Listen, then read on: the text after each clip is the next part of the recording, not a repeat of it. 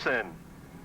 In the 14 starting spot, he is Stafford's all-time winningest driver. He'll be driving the Lordson Searles Industry Racing Enterprises number 99 from Rehoboth, Massachusetts. It'll be Carl Bugsy Stevens. And in the 15 starting spot, driving car number 2 Massachusetts out of Westford, Massachusetts, it'll be Dave Grants in the Grants Racing Enterprises machine. Off the 4th turn, a little bit of the advantage to Waltrip. They come down to the line, and our starter says no way. The field will tighten back together, and the stage will be set once again. For this, the first qualifying round in Budweiser competition here for the Showdown, as these sleek, exotic, pro stock automobiles are set to go the distance. Darrell Waltrip, one of the best, will set on the outside of him. They'll be evenly matched off turn number 4 and down to the line. Waltrip will get the bite. The Church Racing Enterprises Budweiser machine is out in front and on top. Out in front goes Darrell Waltrip. Rosner runs in the number 2 spot as Eddie Lavoie comes through traffic like the hot knife through butter down the back straightaway. Lavoie's got position number 4. The 20X machine of Howie Lane holds on to the number 3 spot, drifting up wide from the middle of the pack. They make a little contact. Car number 80 starts to come to life. Steve Koloski puts the number 80 machine into contend. The hood starts to come up on the automobile. It's Carl Bugsy Stevens is picking him off, but look down the back straightaway. The black, sleek, shadow-bodied machine, car number 34 for Herb Simpson, has picked up position number 5, and Simpson is on the move. From a scratch starting spot, the number 34 automobile will move into contention with the Lavoie Racing Enterprises machine. 3 cars literally run nose to tail as the laps will start to tick away. The number 80 is black flag for the competition. Deep in a turn of number 2, we've got a bid for position number 4. Down low on the inside goes the black number 34 of Herb Simpson. Simpson tries it. He picks up yet another position. Simpson is on the move. He puts the pedal to the metal as Lavoie develops smoke from beneath the automobile. Black flag comes out, and Eddie Lavoie's chances of securing a qualifying spot will fall by the wayside. Simpson tucks it down low. The Budweiser shootout is on down the back straightaway as Waltrip proves to be the class of the field.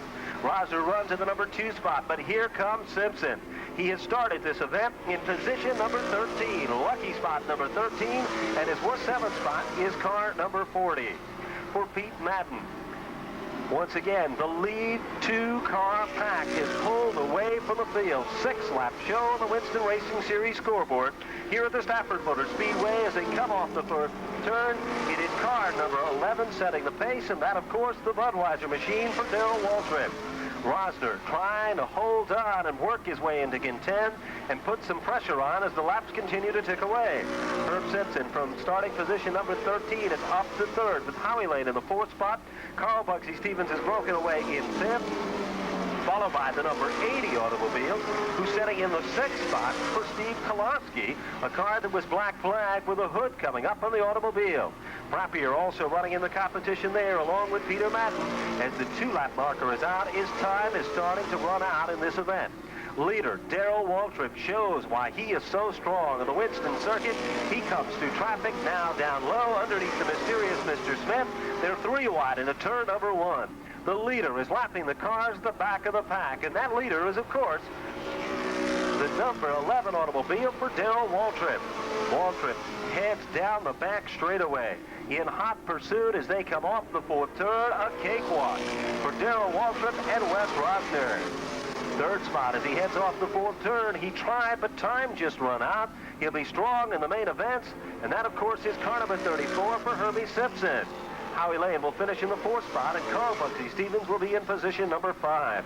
And he has chosen the number 66, and that, of course, is the Richmond machine, who'll be taking over the 7th starting spot as the stage is set and the field is ready to go the distance. These the Pro Stock cars in their once-in-a-year appearance here at the Stafford Motor Speedway. Deep into turn number 3. They'll pick up the pace just a bit. They'll wind them up and be ready for you, the race fans, off turn number 4. Down to the line, they come thundering on by. Mighty Mike Stefanik, a tremendous advantage as they go to green. But Earnhardt will put the Wrangler Jeans machine, car number 3, into contention. The number 21 will go spinning manages to correct the automobile for Kevin O'Loughlin. O'Loughlin picks up at the back of the pack, but car number 144 is Fitchburg, Massachusetts' own Ronnie Bouchard. He hitches up in a 3-car draft as they come off turn number 4. It is mighty Mike Stefanik out in front. He will lead the class of veterans in turn number 2. Stefanik, who runs up front in regional points, is holding off the best in Winston competition. Earnhardt reels him in. He taps him on the back bumper. Bouchard waits in the wings. 3 cars draft off turn number 4. Into turn number 1, it is still mighty Mike Stefanik. His mirror is filled now with orange and yellow. Ronnie Bouchard shows why he once dominated the racing action here at the Stafford Motor Speedway. He puts the pedal to the metal. Off turn number 4, it'll be a drag race among the fittest. Who will survive in turn number 1? It is Stefanik to hold on, and he will set the pace. Bouchard running in the number 2 spot. Richmond comes to life. He takes over position number 4. But they head down the back straightaway. It is mighty Mike Stefanik still holding on to position number 1. But here comes Earnhardt. He takes it in deep. Sparks will fly. They're evenly matched. The drag race for turn 1. The fans will rise to the edge of their seats in excitement here for this second qualifying round in Budweiser competition. Earnhardt backs off the throttle a bit. Bouchard, his car gets upset. He drops back 2 positions. But this time, on turn number 4, the halfway marker is out. There is still plenty of time left in this second qualifying round in Budweiser competition. The lead car still remains Mike Stefanik. He started in the number 1 spot. With Earnhardt, suddenly trouble erupts. The 144 of Ronnie. Something apparently letting go in the suspension of car number 144 as Bouchard came out of turn number 2, high, wide, and handsome. All of a sudden, the car upset and ran into the Armco retaining wall here at the Stafford Motor Speedway. They pick up the pace just a bit. Stefanik heavy on the throttle off turn number 4. They come thundering down to the line. Earnhardt winds it up. Horsepower is going to decide this one into turn number 1. Mighty Mike Stefanik has it by less than an inch or 2 as they come off turn number 2. Stefanik will wind it up once again. Dale Earnhardt looks for some racing room that doesn't exist. Suddenly, the door is slammed as they come off the 4th turn. It is car number 16, Mighty Mike Stefanik, who is out in front. Earnhardt tucks it down low. He moves to the inside of Mike Stefanik. Down the back straightaway, Dale Earnhardt shows Stefanik there's more than one way to run the half mile, and Dale Earnhardt takes Stefanik up into the marbles and into the loose stuff, and Dale Earnhardt has got the lead. Mike Stefanik runs in the number 2 spot, and the battle is still on between the number 66 automobile of Richmond and Tom Queeney's number 122. Quinney takes over position number 3 now, but Richmond will battle to take it back once again. Off the turn, they come down to the line. Quinney has to settle for position number 4 as Richmond's got position number 3. Wayne Bellafor sets in the 5th spot. Currently, suddenly, he has a problem, and G.G. Gravel will move in and take over position number 5. White flag is waving this time around, and Earnhardt is literally gone out in front, and the Wrangler Jeans machine is pulling away from the field. Mighty Mike Stefanik, who looked so strong once, is going to settle for position number 2, with Richmond holding on in the 3rd spot. Off the 4th turn this time, they'll head down and look for the checkered flag that's waving in hand, and Dale Earnhardt's got himself a victory for Wrangler here at the Showdown. Stefanik in for 2nd. 3rd will be Tim Richmond. 4th, the number 122 of Quinney, followed by G.G. Gravel, Louis Pryor, and Teddy Hebert. We'll recap the finish for you in this second qualifying round for the Budweiser Showdown in Pro Stock competition. Once again, securing the victory. We told you he'd be tough, and we've just proven that now. The Wrangler Jeans machine, car number 3 for Dale Earnhardt, has taken down a victory over Mighty Mike Stefanik in car number 16. 3rd spot will go to Tim Richmond in the Church Racing number 66. 4th spot, it'll be car number 122 from Haverhill, Massachusetts for Tom Quinney. In position number 5, it'll be G.G. Gravel securing the 5th spot with the number 54 automobile over Lou Pryor in the number 74 and the number 22 machine, and that, of course, is Teddy Hebert. So many additional stars, keep your eyes on them, a lot of the heavy favorites as well. They come off the 4th turn, the green flag will wave, and Darrell Earnhardt, one tough customer, is taking over the lead in turn turn at number 2. Earnhardt starts to pull away. Waltrip just is amazed and sets in second. Third spot is a battle between Wes Rosner with Mighty Mike Stefanik right there on his back bumper, but they come off that fourth turn down to the line. Lead automobile is Earnhardt. He's got lap number 1, but Rosner's got his hands full, and he's got the number 16 of Mighty Mike Stefanik to contend with, and the 34 of Herbie Simpson as they head off turn number 2. Headed down that long back straightaway, it is still Earnhardt out front, running in the second spot. Car number 11 for Darrell Waltrip. Then it is the 4 of Rosner, the 16 of Stefanik. We've got problems developing on the racetrack. Car number 60 over on to the pack. But, Ben, what a battle we've got shaping up for second. No doubt about it. Wes Rosner is starting to reel in on the back over of Darrell Waltrip. He sets up nicely. Rosner takes a peek at the inside. Waltrip sees a white shot go by him. That white represents the number 4 of Wes Rosner. Rosner is on the move. He passes Darrell Waltrip like Waltrip was standing still. Wes Rosner, the young lion who once was a superstar competitor in the Coors Tour competition, has taken over second. He maintains position number 2. Mighty Mike Stefanik has got the number 34 right behind him, and we've got Ronnie Bouchard pulling to the center of the infield in the Folgers T-Bird, car number 25. Bouchard has not had any luck in this first feature event for, of course, the Pro Stocks in the Budweiser Showdown. Poor Ronnie has not had any luck at all tonight. His triumphant welcome home has been anything less than spectacular for his luck, and we can only hope that he'll get back out and perform well in the second round. Meanwhile, up front, car number 3, the beautifully prepared and painted. Great competition right there in the middle of the pack. Mike Stefanik seems to be a little bit off the pace just momentarily with car number 16. He kind of gathers it back, and he is still starting to lose a little bit of ground. Herbie Simpson is starting to work his way into contend here once again. And, of course, Tim Richmond looking very strong. Howie Lane is all by himself behind the pack of cars. Ahead of him, which is, of course, made up of Richmond, Simpson, and that number 16 automobile of Mighty Mike Stefanik. O'Loughlin pulls to the center of the infield with the Bazima Buick, car number 21. It appears that he is out of the competition. Mike Widger is also setting in the center of the infield. Lavoie is running down low. Lead car still remains Dale Earnhardt. He has not been challenged in this event, with 8 laps already showing, and the laps continuing to wind away in this event. Rosner is trying to reel him in, but is just maintaining about the same distance between first and second. Believe it or not, car number 3 has already lapped several automobiles, and Earnhardt, who won this same event last year, seems to have found the magic way around this half-mile speedway, something that other drivers have searched into contention with Wes Rosner's machine. It almost appears that Rosner is having a little bit of a problem now. Waltrip is coming on strong, but we are over the halfway point. Mike Stefanik still maintaining his spot. Herbie Simpson still right there to contend with him. Then behind Simpson, it is Tim Richmond, followed by the number 20 automobile of Howie Lane. The 99 of Carl Bugsy Stevens has also worked his way into contend here. Earnhardt is coming through the lapped automobiles with ease. He is just gone out front with 12 laps showing in the Winston Racing Series scoreboard.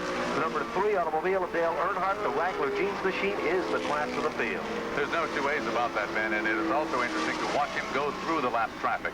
He did not choose to go through like an 8-car length advantage over Darrell Waltrip in the 11th. Waltrip currently sitting 3rd on the track. Well, they are starting to move in, as we said, but still there is no real challenge developing right up front.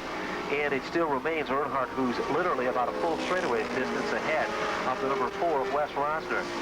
Behind him is Darrell Waltrip. Waltrip is starting to move in. He is starting to gain just a little bit of ground. Mike Stefanik appears to still have some type of a problem, especially coming through turn number 4. That seems to be his weakest point on the racetrack. Tim Richmond is running strong, but not strong enough. He holds on for Simpson's number 34 machine, and then it is Howie Lane. The 99 of Carl Bugsy Stevens is into contention there. 16 laps are showing on the Winston Racing Series scoreboard. Earnhardt is still leading. Look at Stefanik off the fourth turn. He gets caught behind a lapped automobile, and a part of the fiberglass on his nose got sheared off the racetrack car. It is up in the high groove, but it appears to be out of harm's way. The officials are looking at that situation, and it appears that we are still under green.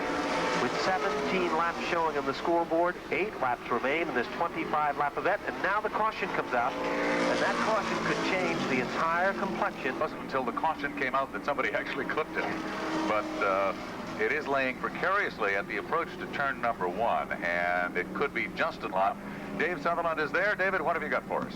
Okay, let's get caught. The transmission in car 54 had to pull it out. Thank you very much, Dave. Gigi Gravel, of course, as Russ had mentioned in the initial starting lineup with car number 54, has logged an awful lot of laps here and at other different facilities. Now we're set to go back to green flag competition. Off the fourth turn, the green flag does come out. Earnhardt starts to pull away. He once again maintains and dominates position number 1. Wes Rosner takes a peek at the inside. He bids for it close, but no cigar this time, as Earnhardt gets straightened up and pulls away. A lot of motor beneath the hood of that Wrangler jeans machine, and he sets a blistering pace as they come off the fourth turn. Earnhardt still got the lead. Rosner still in for second. Mike Stefanik still holds on, but Tim Richmond right there behind him, contending here. Waltrip is a car that developed the biggest problem initially. He dropped back about 8 positions on the racetrack, Russ. He certainly did. A real problem on the restart for Darrell Waltrip, and he is now even back beyond mid-pack in car number 11. But up front, it is still the number 3 of Dale Earnhardt showing them the short way around this racetrack. Wes Rosner, who has logged an awful lot of laps on this racetrack, is also representing the New England drivers exceptionally well, but he's not quite able to stay with Earnhardt. Keep in mind, Dale Earnhardt campaigns this car, so this is set up exactly the way he wants it. It's not one that he just hops in at this show and will never see again. This is his own machine. There's another battle going on. Mighty Mike Stefanik has got a very ill-handling automobile. Just as we're talking about it, he literally loses 4 positions on the racetrack. He went into turn number 1. The car went in a 4-wheel drift and up high and into the marbles and out of harm's way. That left Tim Richmond with clear racing room to take over position number 3. Howie Lane is up in what appears to be the 4th spot with car number 20, and Herbie Simpson's running in magic position number 5. Behind him, it's the number 40, followed by Stefanik. 2.5 laps. It is the Earnhardt's ball game. There's no two ways about that. He takes it nice and easy between 3 and 4. That victory will come real soon, and this time they come off the fourth turn, and the white flag is waving. Final time around the oval. Tim Richmond develops a problem on the final circuit. He drops way off the pace, and car number 66 kind of heads back to the infield area. Not even under its own power, it almost appears, just coasting down. While that's all happening on pit road, the checkered flag will be waving off the fourth turn, and Dale Earnhardt has secured a victory in round number 1 of the Budweiser Showdown. Wes Rosner in for the number 2 spot, pretty much unchallenged there. Howie Lane, consistency pays off. He's got position number 3. 4th spot is the number 40, followed by the number 99 of Carl Bugsy Stevens. The number 11 of Waltrip will follow in hot pursuit there, as we will go down and give you the official finish in just a moment for this first feature event here in Showdown competition. And what a feature event it was, securing the victory. The Wrangler jeans machine, that of course is car number 3 for Dale Earnhardt. Unofficially, here is the finish of the top 10. Second place goes to car number 4 for Wes Rosner. 3rd spot is Howie Lane, the number 20. 4th spot is the number 40 automobile. That of course is car number 40 for Pete Madden out of Middletown, Massachusetts. In the 5th spot, it is the number 99 machine. That, of course, is Carl Bugsy Stevens. 6th spot, the number 11 of Darrell Waltrip. 7th spot is car number 122. That, of course, is Tom Quinney. Following him, the number 34 machine of Herbie Simpson, followed by the 31 and the number 55. Well, into the winner's circle. The Jack Merkel-powered car, car number 3, the Wrangler jeans automobile for Dale Earnhardt, has secured a victory.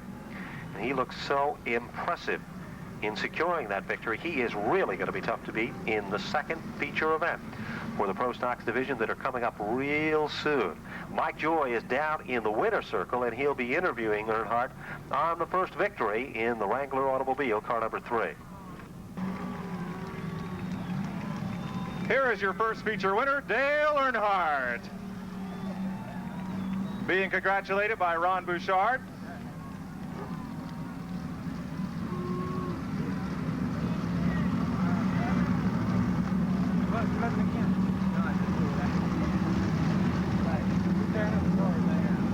Well, Dale Earnhardt showed why he's atop the Winston Cup standings and the win list. Picked up right where you left off here last year. Well, it's good to come back with a win. You know, Richie and all the guys do a super job with this number 3 car, and you know, it's a tough car. It wins everywhere it goes, whether Paul's driving or I'm driving, so I'm really happy with it. I'm happy to be up in Stafford tonight.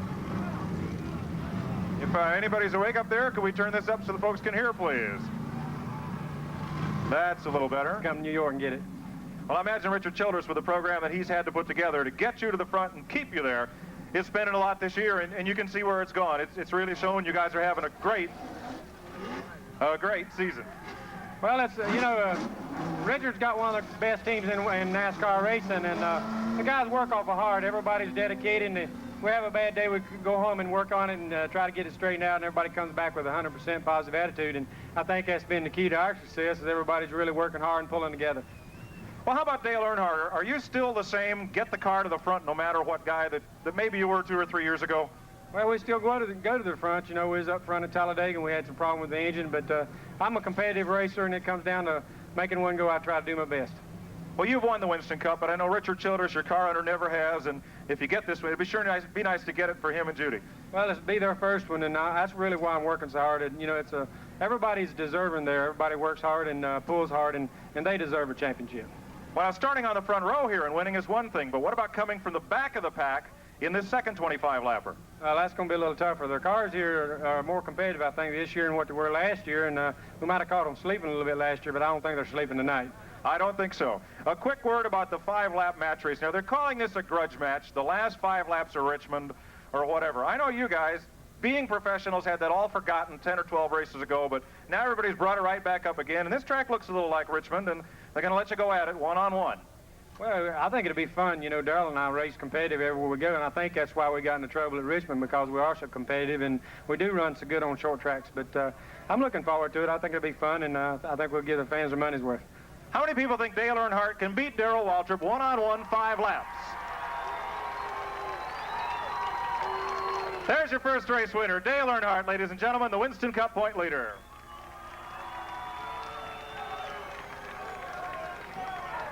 Let's bring up the Gloucester fishermen here.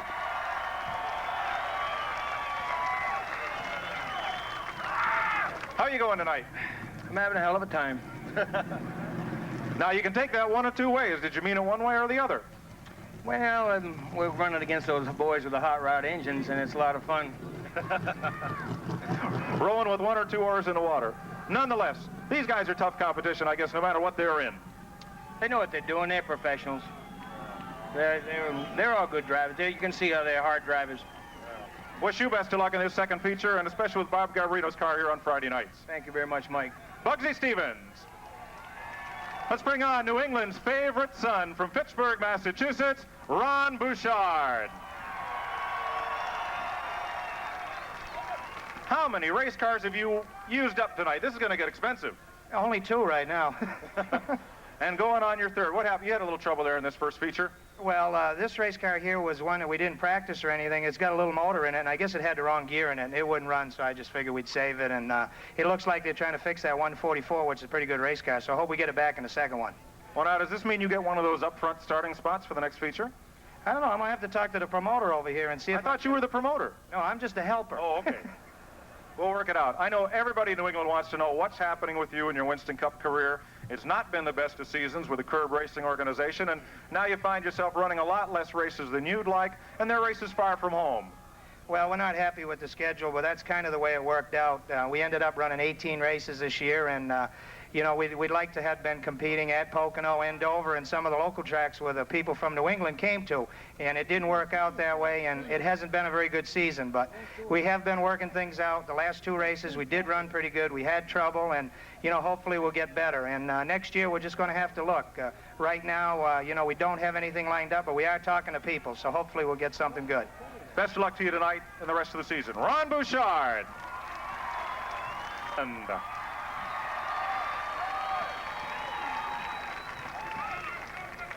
how many single girls up there tonight came to see Tim Richmond?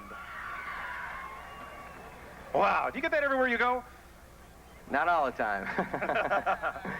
But I appreciate it. Thank you. You guys have just lit a spark. These last 5 races here, won 3 of them, run second, got the car to the front, kept it there, almost won Talladega. What's happened all of a sudden? Well, basically, we just spent some time together. We're a brand new team. Harry Hyde, and it's the first time we've worked together. And I guess we have 6 or 7 months now under our belts trying to figure out what one another likes, and it's now starting to pay off. It generally doesn't pay off this early in a first-year team's career, but it seems to be paying off here, and I just hope it starts and continues. Well, come on, you're the young hot rod driver on the circuit. Harry Hyde has been a crew chief since they were running dirt cars at Indianapolis. He says there's only two questions that he can't answer in racing. One is, where is Tim Richmond? And the other is, what time will he be back? How do you guys get along? I mean, you're from completely different worlds. You do things completely different ways, but boy, it works. Well, you know, I've always had respect for my elders, and he's definitely an elder. He's 61 years old. To me, you know, I'm not 61 yet, but we're getting there. No, we're more like cream and sugar than we are vinegar and water, and everybody thought it wouldn't work. So far, we've proved them wrong, I hope, and it's all Harry's doing. I just, you know, I keep my mouth shut when I can, and when I can, he shuts it for me, so it works out well, you know. Best of luck to you the rest of the season and tonight. Now, you're going to get to start a little further up front tonight. Well, I don't know. We blew the transmission up there right at the very last lap or two. I don't know. Wherever we start, I hope we can at least pass somebody and put on a show. But I want to thank all you people for letting me come up here. I enjoyed it last year, and I'm having even more fun this year. Tim Richmond, ladies and gentlemen. I recognize that guy down there. Oh. He goes to every Winston Cup race I go to. Bougie every time. You folks have had quite a week. I know you and Stevie came up, toured around New England a bit, and I think that's the first for you, isn't it? Yeah, we took a little time off. We'd been running 4 or 5 nights a week and for the last month or so. So we went to Nantucket and spent a few days over there kicking around on the beach and had a good time. Ate some seafood, clams and scallops and lobsters, and kind of getting into this New England atmosphere. That's what's wrong with my car, I think. Well, we hope to see you up here a lot more often. The big question everybody was asking down in the pit area, and I guess everybody in the country is asking, is why would a guy get out of Junior Johnson's car? But just look ahead to next year for just a moment, and I know there had to be an awful lot that led to that decision for you. Well, I've been there 6 years, and I've had a great relationship with Junior, and he and I have talked about this day coming for a pretty good while. And I just felt like I wanted to do something different, or something else. Waddell Wilson wanted to get out of the Ford and get back in the Chevrolet, and he and I have been talking about that a long time. And Rick Hendricks is sort of a entrepreneur of race teams right now, and he wanted to do something, so we all got together. And there's some other things that go along with all that, but I'm real excited about next year. We've got a sponsor we'll be announcing real soon that I think is going to be kind of interesting, and it just seems like it was a thing to do. Let's talk about this year. You have always been a September to November race team. Dale Earnhardt's the point leader. You're in second spot, not that far behind. Can you give Junior one more championship before you go? Well, looks like Earnhardt's got about 30 more days. Now, what happened to you in this feature here? On that restart, it looks like you went straight to the back. Were you looking for your handicap in the next show, or what happened there? No, actually, that car had just a little miss in it when I got in it in practice. And so I came in, I said, look, if we get this miss out, this thing's going to be great. So they said, well, let's work on it. And I helped them work on the carburetor, and you saw what happened. I'm not too good on carburetors. I think I need to try turbochargers. Well, I know you're going to have another sponsor for next year, but the Budweiser folks have been awful good to you. Yeah, they have. We've had 3 good years. We won a championship and a lot of races, and there's no way that I can tell you what the last 6 years have meant to me with Junior and Flossie and that whole relationship. And we've had great sponsors, great success, 40-odd wins and a couple of 3 championships. It's been a great deal for me. I reluctantly walk away from it, but just think some young man is going to get the same opportunity I had to do what I've done. So I look forward to what I'm looking into. Well, now, Dale's not listening. He's over signing autographs. Give us the lowdown on this 5-lap grudge race. I mean, now, is this really the last 4 laps of Richmond all over again? I mean, you finally got to get a chance to play this out. Well, you know, if I don't get to running a little bit better, I might as well go one way and him the other, because I never will see him again. That seems to be an awfully fast car. I'm super modified? It does look like it's in the wrong class, but maybe not. Anyway, we're going to work on ours, and I assure you, our car run better in that little race than it did in this one. How many people think Darrell Waltrip can dust Tim Richmond for 5 laps? Hey. Darrell Waltrip, ladies and gentlemen. And lined up on the back straightaway is our SK modified. 121 points to his credit over Herb Simpson, who was running second with 72. third was Ronnie Bouchard. Of course, Bouchard had mechanical problems and dropped out of the first. Go. Next time around, it looks like we are making a slight move in the restart and picks up one spot in the lineup. The yellow flag will remain out from the Winston Cup circuit. And it looks like we are just about ready to go. The Pontiac Trans Am, the beautiful pace car here at the Speedway, heading down that long back straightaway. Let's see how things go. Teddy Hebert is a rookie competitor in the Pro Stock division. He is right up front on the inside of Ronnie Bouchard. Who do you think is going to have the advantage? It's an untold story at this point, but soon you will know what Chapter 1 will read as they come off that fourth turn. The flag man stares them down, and Ronnie Bouchard just slingshot, moves along by, and he powers his way into position number 1. Outside lane moves among the quickest. Louis Pryor holds on as Wayne Bellafour tucks nice and low and takes over position number 2. Teddy Hebert's got his hands full down the back straightaway. A lot of bumper grinding going on. Bentley Warren tags the back bumper. We've got one around just beneath the Bacchus Motor Sales billboard. As the passing, now the caution flag comes out as they come off the fourth third down to the line. The caution was brought out for car number 60, Eddie Lavoie. He's had all types of problems with that automobile all night long. He was smoking heavily during the qualifying round. And in our first feature event, there were sparks from some... Of course, he is right next to the gentleman that he will be running in the match race with, and that, of course, is Darrell Waltrip. They are side by side, so keep your eyes on that. That is a completely different story there than your average dicing it up for positions here. Off the fourth turn, this time Ronnie Bouchard is on the inside. He quickly pulls away. Mighty Mike Stefanik comes on. He will take over position number 2. Stefanik goes to the top side of the racetrack, tries to take over the lead. Can't quite do it this time. And then car number 122 will really start to come on strong. That's Tom Quining out of Haverhill, Massachusetts in the 122. Regular runner at the Hudson Speedway, looking very, very strong.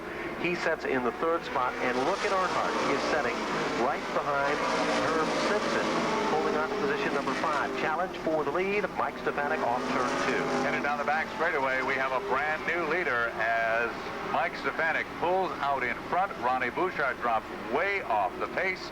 Bouchard once again in trouble with 144 as Mike Stefanik now moves out front, but here comes Earnhardt. Dale Earnhardt down on the inside. He makes it look so easy. In 3 laps, Earnhardt has gone through the field like the proverbial hot knife through butter. He is working himself right up to, in fact, he is now on the rear bumper of car number 16. That is Michael Stefanik in the lead, but Dale Earnhardt is right there to challenge. Carl Bugsy Stevens drops out of the competition with car number 99. Look at Earnhardt. He takes a peek down low, but Mike Stefanik tries to hold on to position number 1. Deep into turn number 3. Stefanik is still out front. He is the class of the field, but when they come off the fourth turn, here's Earnhardt making it a bold bid for the outside. Can't quite do it. Stefanik takes him out even a little bit wider. Sparks will fly. Debris will come off the race cars, but somehow everybody makes it by, and they are still under green flag conditions. Mighty Mike Stefanik shows that he is not going to weaken to the pressures of Dale Earnhardt, but here comes Earnhardt again on the top side of the racetrack. Stefanik tries down low. They come off that fourth turn, pretty much evenly matched by the time they hit into turn number 1. Mighty Mike Stefanik and Dale Earnhardt are closer than most people parked off turn 2. Headed down the back straightaway side by side, but Earnhardt gets hooked up off the second turn. Dale Earnhardt at turn number 3 picks up the lead. He started in the back of the pack. Lap number 7 belongs to Earnhardt. Well, that's all happening up in front. Herb Simpson is holding off the number 11 of Darrell Waltrip. He, too, started in the back of the pack, and Darrell Waltrip's got position number 3. Herbie Simpson makes the mistake of dropping back and holding on to the 4th spot. 122 is being pressured by the 4 of Wes Rosner. Quinny cannot hold on. Rosner's got the spot. Here comes Quinny back to try to challenge. But, of course, as they come off that 4th turn, Rosner's got the horsepower advantage, and that's going to decide who will maintain position number 5. Waltrip winds it up a bit tighter, but can't quite heavily, but still trying to contend and work his way to the front of the field. We are approaching the halfway point in the second 25-lap event. Earnhardt is dominating this program, and as Russ had mentioned before, he won the last 2. He's got 1 here tonight, and it looks like this one is going to be another easy victory for him and the Wrangler Jeans crew with car number 3. All he has to do is just keep the machinery together, stay out of trouble, and he is home free. But that's not as easy as one may think. There is an awful lot going on behind the wheel of that car, inside the car and outside it. And a lot of things, about 95% of them, the driver has no control over whatever. Dale Earnhardt off turn number 4, working his way gingerly through all of the lap traffic. He wants to make sure that he's around when the checkered flag falls. Mike Stefanik continues to hold on to that second spot with car number 16. Then it is Darrell Waltrip in the 11th to round out the top 3. Right now, Ben, 14 laps are posted up on the scoreboard. This time by will mark off number 15 and have but 10 laps to go. No doubt about it, it is still Earnhardt out in front and gone from the field, but second is starting to change just a bit here. Darrell Waltrip, who was once a long way behind Mike Stefanik, has reeled him in. Darrell Waltrip moves down to the back bumper of car number 16, deep into turn number 3, and off that 4th turn, we've got a challenge developing for second. Waltrip takes the peak down low, can't quite do it this time with the IROC Z machine. He'll try it once again into turn number 2, but mighty Mike Stefanik is trying to hold on. As this is happening, Wes Rosner has reeled him in. 3 cars challenged now for positions number 2 through 4. And what a battle we've got shaping up there. O'Loughlin into the center of the infield with car number 21. 17 laps show on the scoreboard. Earnhardt is gone out front, but Stefanik's got his hands full with Waltrip and Wes Rosner right behind him. Boy, you hit the nail right on the head that time. We've got Rosner taking a look underneath Waltrip. Can't make the move that time. They continue single file into turn number 3. Mike Stefanik holding off the hard-charging Darrell Waltrip. Jaws right on his rear bumper, brings them down the front straightaway. Dropping a little bit off the pace due to lap cars is the 4 of Rosner. He'll get right back and close that gap. Here we go, a real challenge now as the 16 of Stefanik just barely holds off the challenges of Waltrip and uses lap traffic to his advantage. He's off the turn we go, and once again, it is Stefanik, Waltrip, and Rosner. No doubt about it. In turn number 1, Stefanik uses the lap car to his advantage. It does not work well for Darrell Waltrip. That's going to give Mike Stefanik some additional breathing room that he desperately needed here in this event. 19-lap show. Leader comes off the 4th turn. He has completed circuit number 20. There is 5 laps remaining, but off that 4th turn, mighty Mike Stefanik is being pressured heavily by Darrell Waltrip with Wes Rosner right there with his back bumper. There are some minor sparks coming from the back end of the Waltrip machine, but that doesn't seem to stop Waltrip. He winds it up just a bit tighter this time. In a turn at number 3, Stefanik still holds on impressively. A lot of slower cars that are slightly off the pace. Here he comes once again. Waltrip puts it into a 4-wheel grip. Can't quite do it this time. Teddy Hebert is a lap car. He drifts up into the line of fire. Stefanik is forced to get out of it. Here comes Wes Rosner. Off turn number 2, down the back straightaway. Lap car decides it once again, approaching turn number 3. Into number 3 we go, and it is the 16 of Stefanik, but now we are running under caution. Yellow flag comes out immediately as we have a car that is spun down in turn number 2. That is Pete Frappier in the 05. Louis Pryor pulls to the center of the infield in this event with 20. Another victory in the Wrangler number 3, but Mike Stefanik is going to give him a run for the money, and so isn't Darrell Waltrip and Wes Rosner. As they come off that 4th turn, the green flag is on, and Earnhardt is still pulling away. Heading for turn number 1, car number 3, Dale Earnhardt brings the field deep through turns number 1 into number 2 and heading down that back straightaway. It is Earnhardt in the lead. Mike Stefanik in the 16 runs second. Darrell Waltrip is in third. Wes Rosner pulls down that 4th position as the field rumbles on by. No doubt about it. Tim Richmond is starting to try to work his way back into contention in those top 10 positions, but he's got his hands full as he tries to work his way around. Darrell Waltrip is still reeling in on the back bumper of Mike Stefanik. This time around, the white flag is waving. Here comes Waltrip again, down low, underneath Mike Stefanik. Can't quite do it. Up in turn number 3, between 3 and 4. Yep, Herb Simpson's number 34. He got out of shape just momentarily. Got caught up high and made contact with the Armco retaining wall. That's number 3. Keep in mind, too, folks, that coming up near you really can't miss it. 5:30, gates open. Racing starts at 7:30. Ben? Here they come off turn number 4. Green flag is back out of the racetrack. Earnhardt does not slow down a bit. He is just as aggressive as he was and just as fast as he was on lap number 1 as he's soon approaching the final circuit in this event. We've got trouble now. Car number 122 goes sliding through the center of the infield. He's on the grassed-in area at this point. Now he's got the back wheels on the racing pavement. Flagman tells him to get off the racing surface as they come off the 4th turn.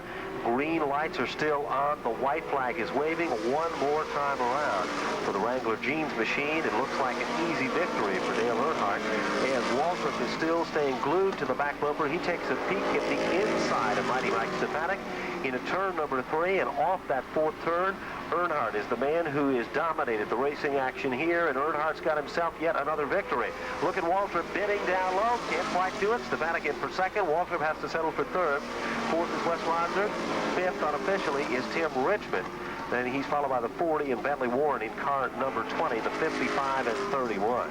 But there is no doubt about it, into the winner's circle, it is car number 3. Dale Earnhardt has secured yet a victory, another victory to his credit, as the match race will be coming up after the victory lane ceremonies here trackside. One tough customer, Dale Earnhardt, has pulled it off once again with car number 3. It is just about time to once again go trackside, and with all of the festivities down there, once again, Mike Joy. Mike? Well, it's a clean sweep for Dale Earnhardt. Again, he shows the form that has made him the Winston Cup point leader, 1980 champion and 1979 Rookie of the Year. You ought to have Richard Childress up here. If you could get his car going like this one could, I don't know who'd be able to touch you. It'd be super, wouldn't it? You know, it's impressive the way this car runs. It just keeps doing it, you know, good every time we run it. Richie and all the guys, they just do a super job with it. We adjusted the stagger during the break there we had between the features, and the car was a lot better this feature. Is this the same car you ran here last year? Yeah, very same car, just different sheet metal, and same car that Paul won in last week at Hudson and Lee. Pretty good run, and I know a lot of work has to go into this thing to keep it going. You had an anxious moment up there. He tapped Mike Stefanik once, and his bumper just about came off in your face there. Well, you know, we hooked and tore the sheet metal loose, but it didn't do no serious damage, so we both went on. Let's take a look ahead on the Winston Cup circuit for a moment as they get the car. They're going to get the cars ready for the 5-lap match race between you and Darrell. Darrell had a little tough time trying to catch you there in this one. Well, he was caught in traffic, so, you know, just one-on-one, it'll be a clean racetrack and just me and him. What's Watkins Glen going to be like? The Winston Cup cars have not been there in over 10 years. Is it going to be like Riverside, or is it going to be kind of like, you know, running late Saturday night in the back roads up around Hickory or back home in Kannapolis? Well, it's going to be a chase, I think. You know, Watkins Glen's a tight course, and everybody's going to be new there as far as race setups and what you're going to need through the race, so everybody be on equal basis, I think. And, you know, it's going to be tough. I think it'll be tough on the race cars.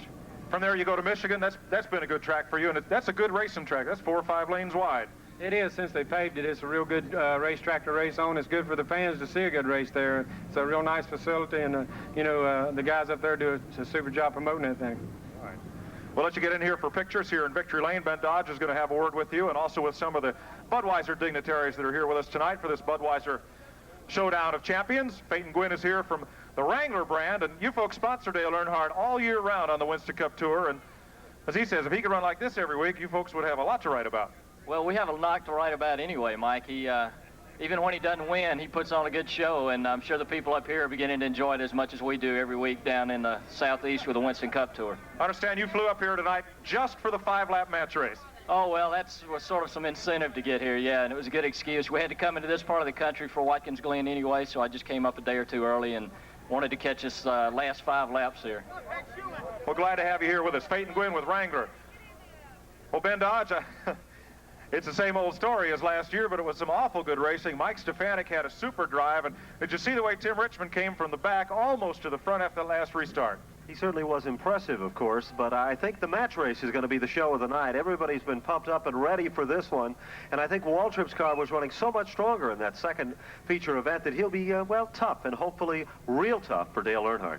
Well, he has one advantage. Dale is here for pictures in Victory Lane while Darrell's back working on his car. He certainly is, and they're doing an awful lot of work in there. I noticed the car was up with all the tires off it, and they're going to be ready for the match race. This is coming up in a few moments. Mike's going to be taking the walk back upstairs, and of course, again, we want to remind you that this event was brought to you in part by Budweiser, the king of beers, and we want to thank all the good folks from Budweiser who have joined us here tonight to celebrate and be a part of the festivities for this showdown Number event. 11, that he and Junior Johnson have made famous over the past 6 seasons. And that car is, of course, Budweiser sponsored tonight, as it is 29 times a year on the Winston Cup circuit. Excuse me. The Folgers Coffee Band, please come to the press box. We seem to be out. Yes, I could use a cup of that Folgers. I thought you had a little pull in that direction.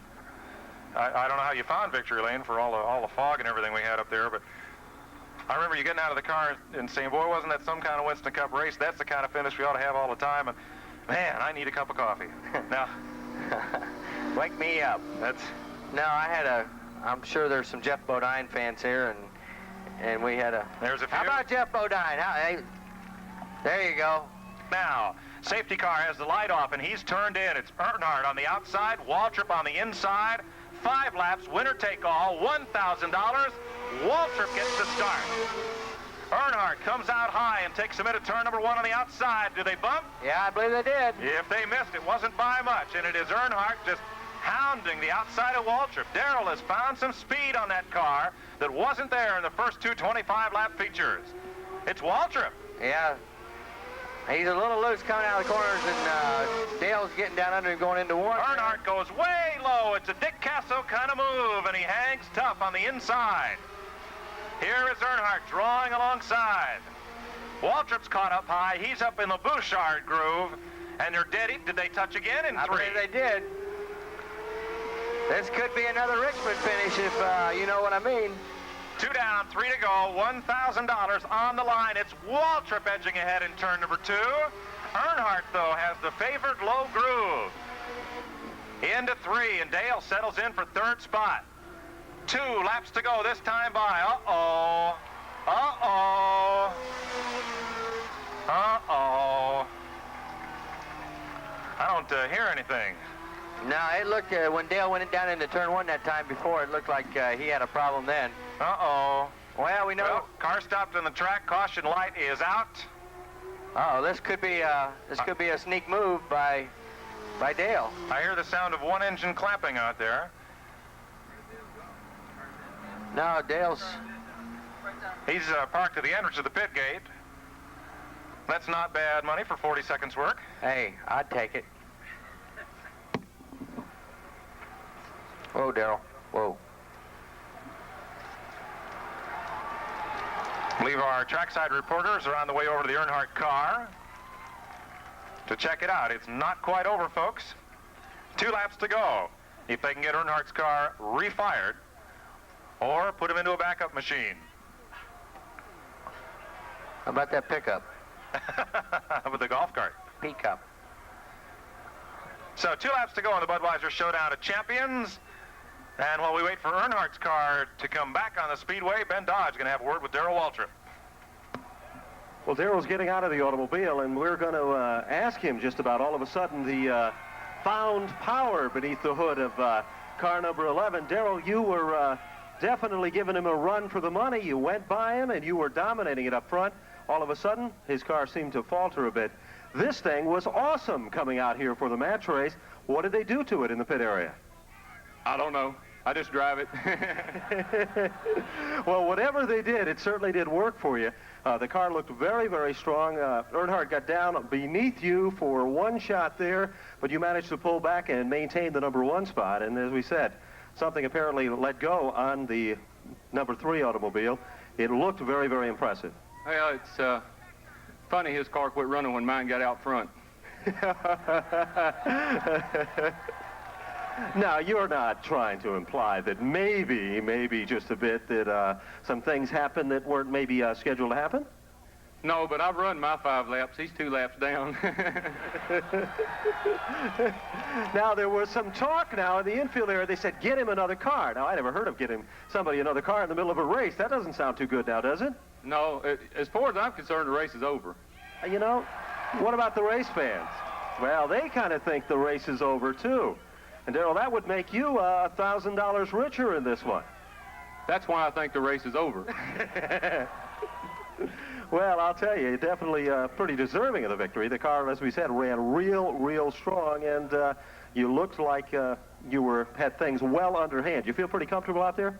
Yeah, you know, this car was new to me, and these boys that own this car, George and the boys down there working on it, they just put this car together. They worked on it all night last night and all day today and brought it out here this afternoon.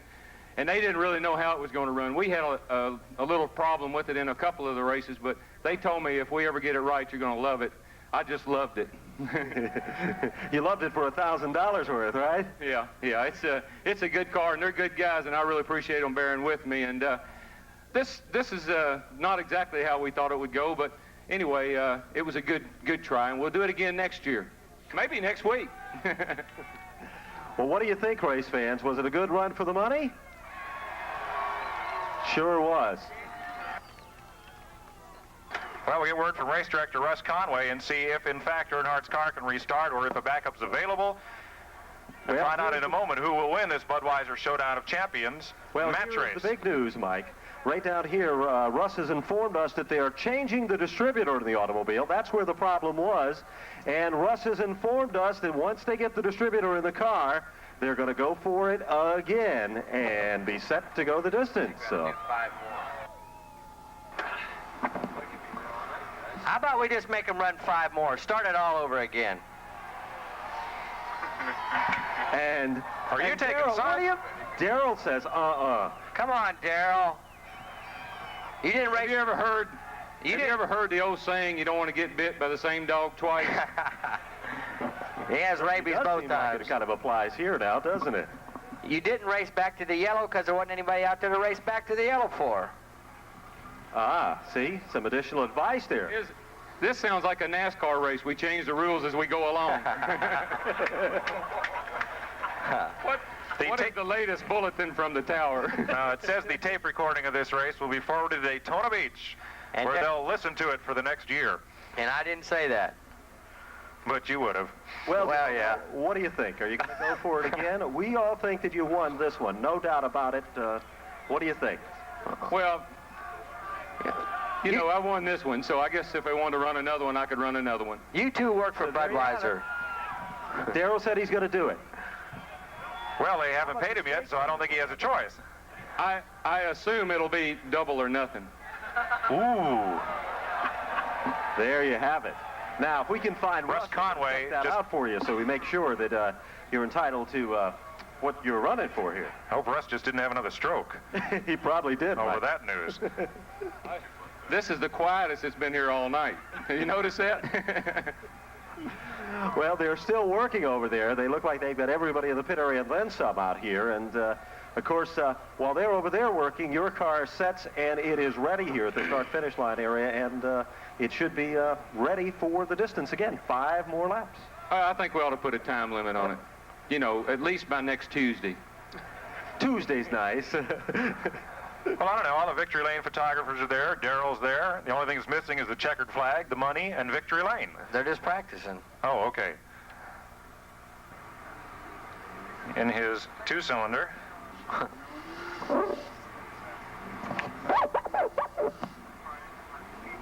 Ben, do we have any word from down in Turn 1 as to the progress or lack thereof on Dale Earnhardt's car? Excuse me.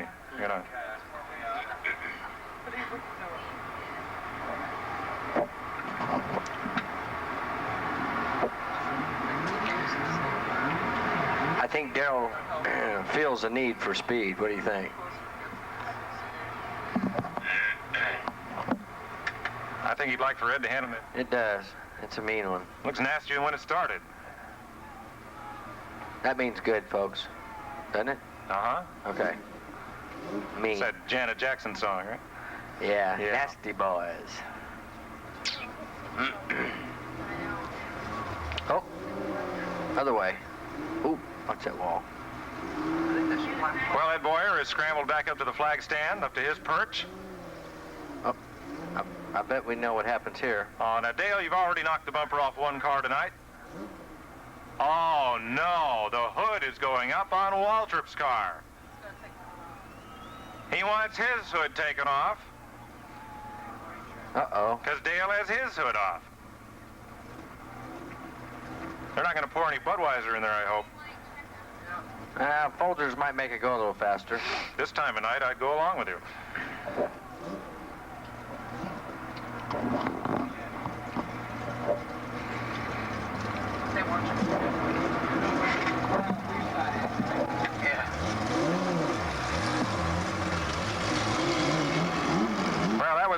gentlemanly assist or a preview? Take your pick.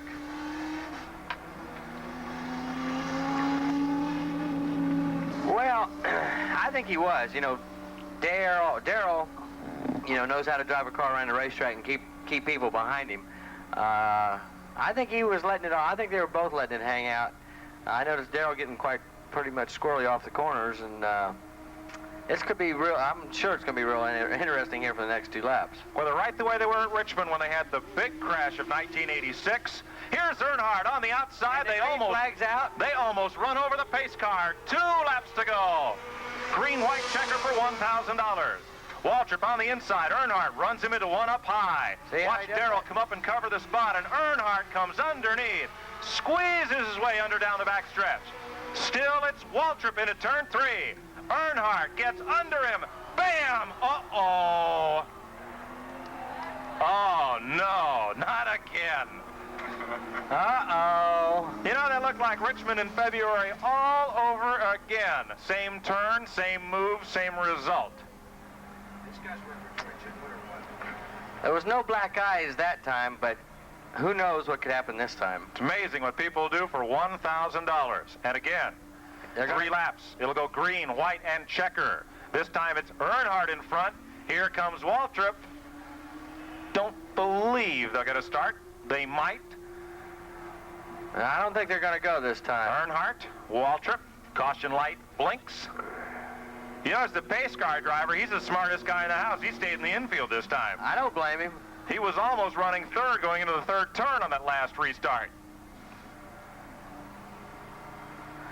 I tell you, Dale Earnhardt is one of the best in the business on restarts, and this will be interesting to see if he can outfox Mr. Waltrip there in the number 2 position. So Waltrip fills up Earnhardt's rear view mirror, and Earnhardt is hard on the throttle. I believe he did it. Whoa, Darrell.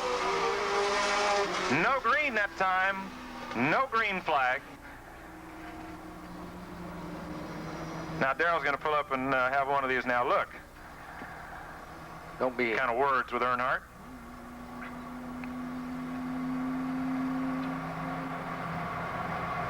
You know, it's kind of funny to see the way all of you fellas can go out and not intentionally, but through the rigors of racing, knock each other around every Sunday. And then next Friday in the garage, everybody's talking to everybody. Everything's pretty cool. Everything's, sort of fine. Well, it could be a lot different if are they going to start? They're going to go this time. Here they go. It is Earnhardt on the outside, Waltrip inside, and they're dead even coming off the turn. Green flag and 2 laps to go. Earnhardt pulls out a car length margin, cuts down to the inside. Can't do it, has to keep it high, but Earnhardt pulls off 2 with the lead. White flag this time. Waltrip will have 1 shot at him. I bet Darrell's going to try him if he can get to him. White flag. 1 lap to go, $1,000. Earnhardt the leader.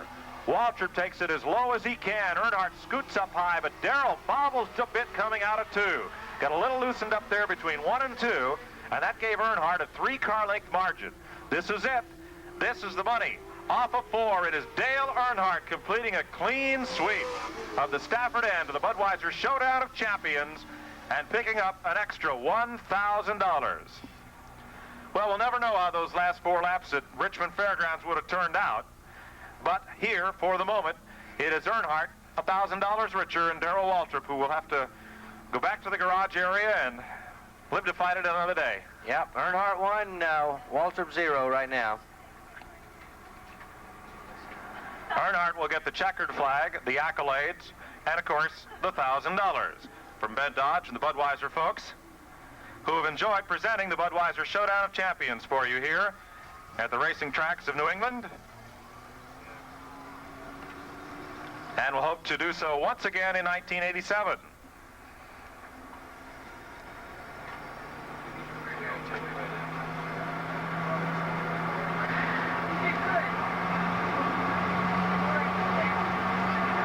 Gets before what I say, just the way I drive, if you don't mind. Hey, good luck Sunday at Watkins Glen and the rest of the season. Thank you very much, and I hope to see you all back here next year.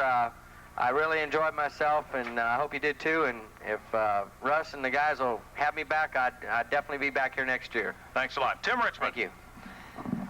Well, the man who's won it all here tonight has pulled into victory lane, and you'll hear from him once again. Dale Earnhardt, a clean sweep of the Stafford end of the Budweiser Showdown of Champions, as he'll be greeted trackside by Ben Dodge. Well, no doubt about it, he's into the winner's circle, and that is the spot that he has owned here tonight, and it is definitely another victory for Dale Earnhardt. Dale, the distributor seemed to be the problem that they were working on down there. It just shut down on you halfway through this one? Yeah, it busted the distributor in it for some reason. We're lucky, you know, we got through the other features, but they fixed it, and the car ran just as good with the other distributor in it. I got into Darrell and turned him around. Hate that, but I let him back up side by side on the restart and, you know, try to give him an even shot at it, too. Well, it was a good race. You were going to go home with $1,000, and of course, that's what you come here for the Showdown. You have to be pleased with your performance in this Budweiser presentation. Well, I'm happy with Richie Resner's race car, and all the guys work super on the car. They do, you know, work hard to get this car running and doing as good as they do. And, you know, Paul steps out and lets me drive, and I know it's tough to watch the car run from the pits, but, you know, they do a super job with it. I want to thank them a whole lot because, you know, if it wasn't for them, we wouldn't win. Well, there's no doubt about it that you'll be tough to beat next year when the Showdown comes back to the Stafford Motor Speedway. You'll probably be the same combination and the same team. Why mess with success? Well, thank you very much. And it's been nice being up in New England and seeing all the fans up here, and I hope put a good show on for them.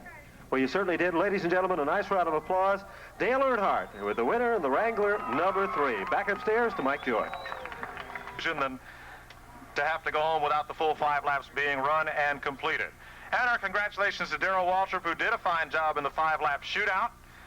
Had himself spun around up in turn 4, but ended up second. Unfortunately, that doesn't pay very well in this kind of deal, but I know he and Stevie enjoyed their trip to New England and are going to head for Watkins Glen and hope to close in a bit on Dale Earnhardt's Winston Cup point lead.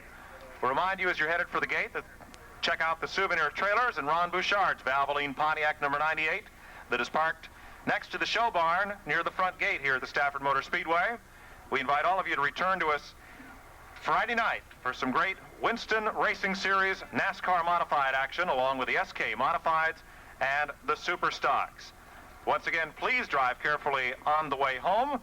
From Budweiser and the King of Beers, thank you all for being part of the Budweiser Showdown of Champions.